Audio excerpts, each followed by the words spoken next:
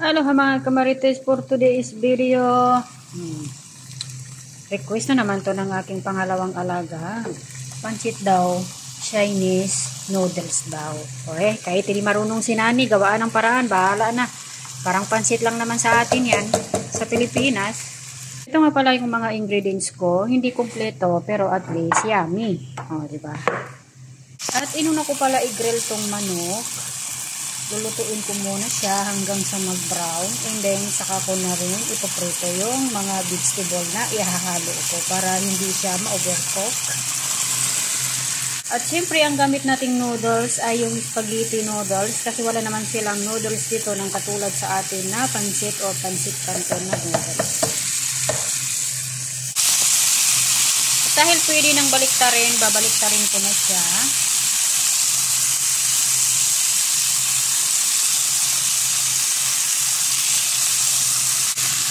Siguro pwede na itong hanguin kasi nag-brown-brown naman yung iba para maiprito ko rin yung mga vegetable.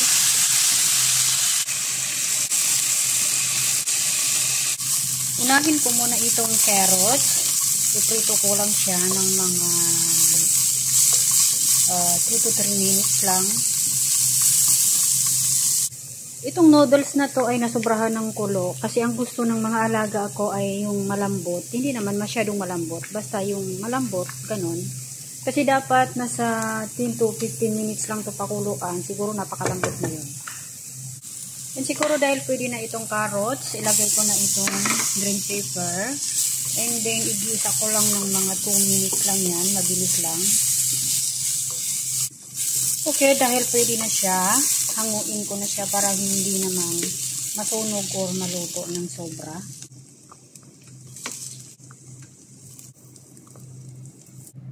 Hindi ko alam kung magustuhan nila to. Haluan ko lang siya ng cauliflower pero hindi ko alam. Basta trip ko lang to. Haluan ko siya ng cauliflower. Kasi diba sa atin, yung pancit sa atin pwede naman, diba? Hindi ko lang alam kasi pag nagpapancit sila wala namang ganito. Basta haluan ko lang. Kasi siyempre makikikain din tayo pancit yan. Ano ba naman kayo? Favorite ko yan. At siyempre pwede na to. Pwede ko na siyang hanguin.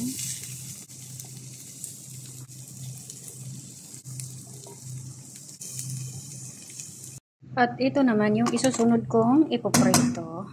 Ang pang-aroma niya. Hey, pang-aroma niya. Siyempre sibuyas at saka bawang. At siyempre nang nangamoy na, lumabas na yung aroma niya, ilagay ko yung manok. Siyempre, igigisa lang natin ulit yan.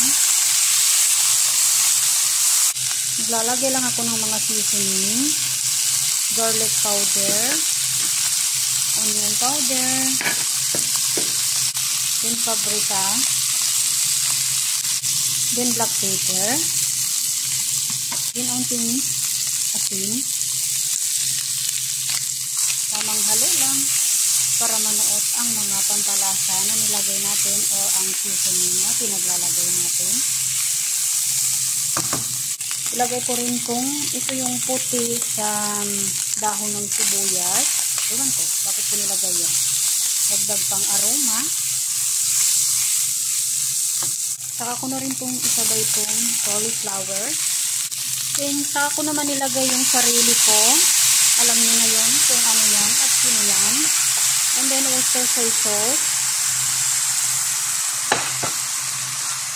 And then dagdag pa pampalasa.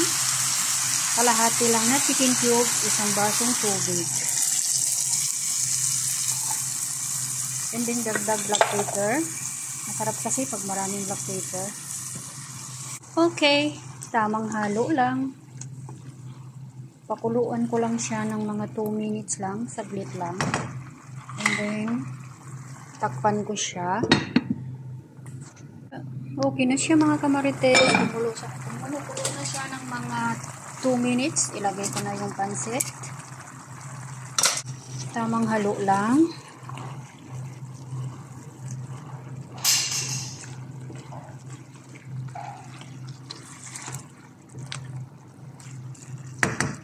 And then, tinikman ko na siya mga kamarites. Okay naman yung pagkaluto ng gulay. Nalagay ko na rin itong repolyo. Tamang halo lang din.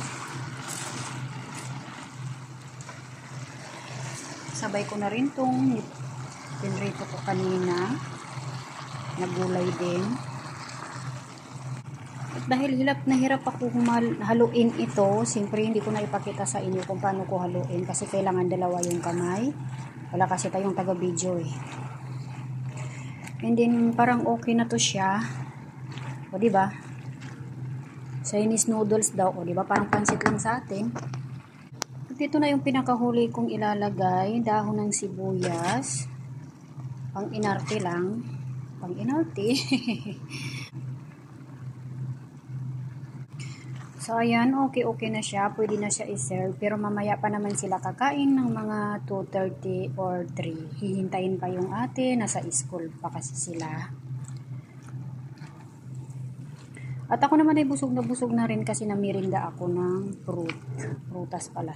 Apple at saka orange. So, bye-bye mga kamarites. Thank you for watching. Ay, boy, nagpinarte. Oy. Bye-bye.